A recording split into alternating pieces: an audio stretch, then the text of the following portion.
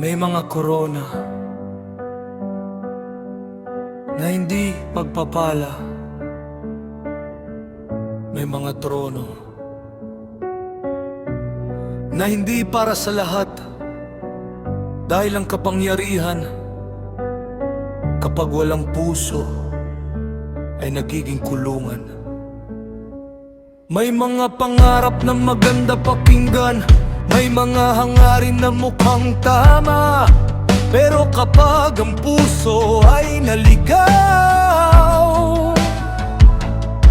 maling daan ang pinipili. Gusto kong umangat, gusto kong mapansin, pero nakalimutan ko minsan kung ano ang tunay na mahalaga.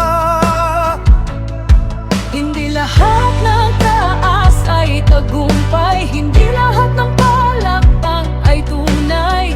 Ang halaga ng buhay ay hindi nasusukat sa pangalan. Diyos ko, bantayan mo ang puso ko. Kapag dumating ang kapangyarihan, huwag kong piliin ang sarili ko kaysa sa katotohanan.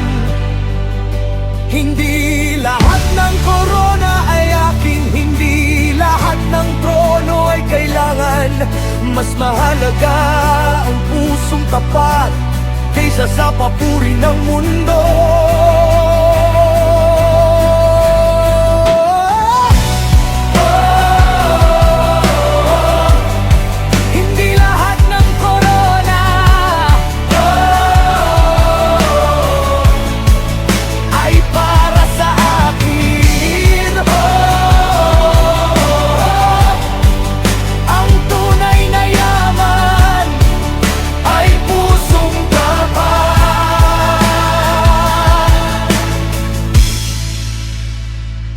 Ang taong hinahabol ang taas nang walang malasakit ay maaaring mawala ang tunay na pagkatao.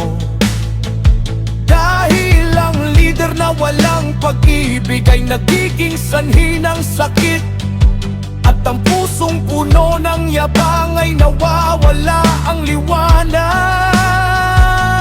What makes a leader? A humble heart lasts forever. Truth and love. Don't chase the crown, Chase the character. don't chase the spotlight, Build the heart. because power without wisdom, Destroys. success without humility falls. A real leader serves. A real leader protects. A real leader remembers where the strength comes from. Kapag gusto kong mauna, turuan mo akong maglingkod. Kapag gusto kong purihin, turuan mo akong magpakumbaba.